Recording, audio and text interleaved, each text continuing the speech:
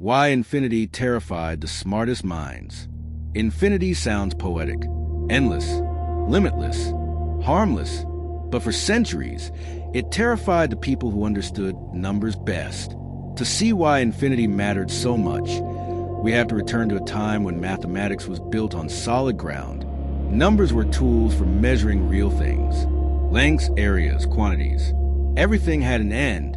Everything could be counted. This made math safe, predictable, contained. Infinity broke that safety instantly. It was not a number you could reach or hold. It was an idea that refused boundaries. Once it entered mathematics, it questioned every assumption beneath it. Could something be endless and still be measured? Could a process continue forever and still produce meaning? Early thinkers encountered infinity through simple questions. How many numbers exist? How small can a fraction become? Each answer opened another door. No matter how far you went, there was always more, and that realization was deeply unsettling. At first, infinity was treated carefully, almost reluctantly. It appeared in geometry as a direction, not a quantity, a suggestion rather than a value. Mathematicians sensed danger in handling it directly, because once infinity became something you could calculate with, the rules began to bend. Some tried to ban it entirely. Others tried to tame it with limits and approximations. But infinity refused to stay quiet. It crept into calculus, motion, and change. And with every appearance, it threatened to unravel the certainty mathematics depended on. Infinity was not just large, it was uncontainable. And once it entered the system, it demanded to be reckoned with. The real danger of infinity was not its size, but its contradictions. When mathematicians tried to reason with it, familiar logic began to fail. A whole could be placed in one-to-one correspondence with a part of itself. Endless sets would be equal in size, yet clearly different. Results that made sense for finite numbers collapsed without warning. This created anxiety at the heart of mathematics. Proofs relied on consistency. One contradiction could undermine everything. Infinity threatened to introduce cracks that could not be repaired. If logic failed here, where else might it fail? Calculus made the problem impossible to avoid.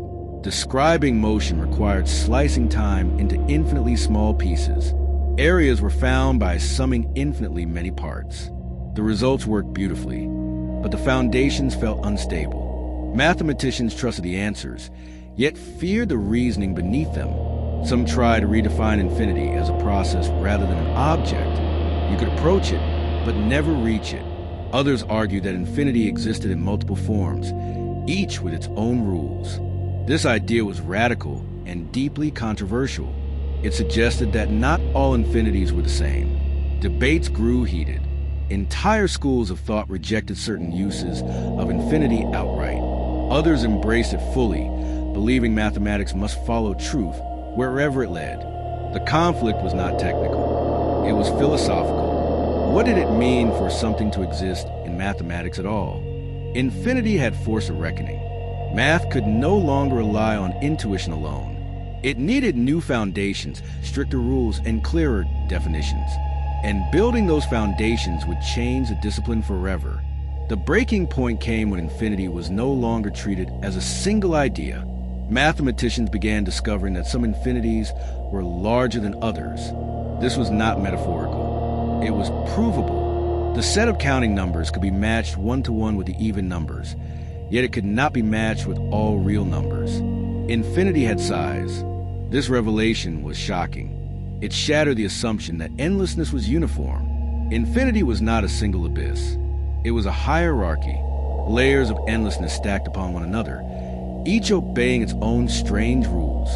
What once felt abstract now carried precise structure, but with structure came danger.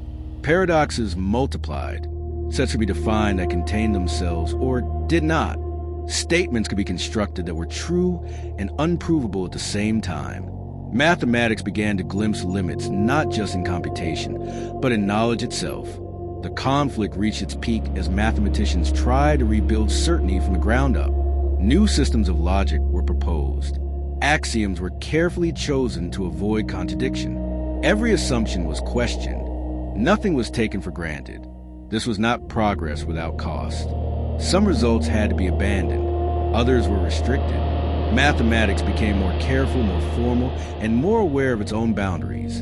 Infinity had forced humility into a discipline that once believed it could explain everything. What emerged was not fear, but respect. Infinity was no longer a monster to be avoided. It was a force to be handled with precision, discipline, and restraint.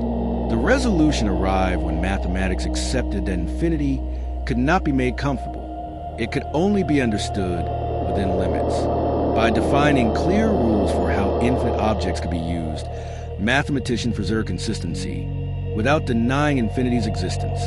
This balance reshaped the entire field. Proofs became more rigorous.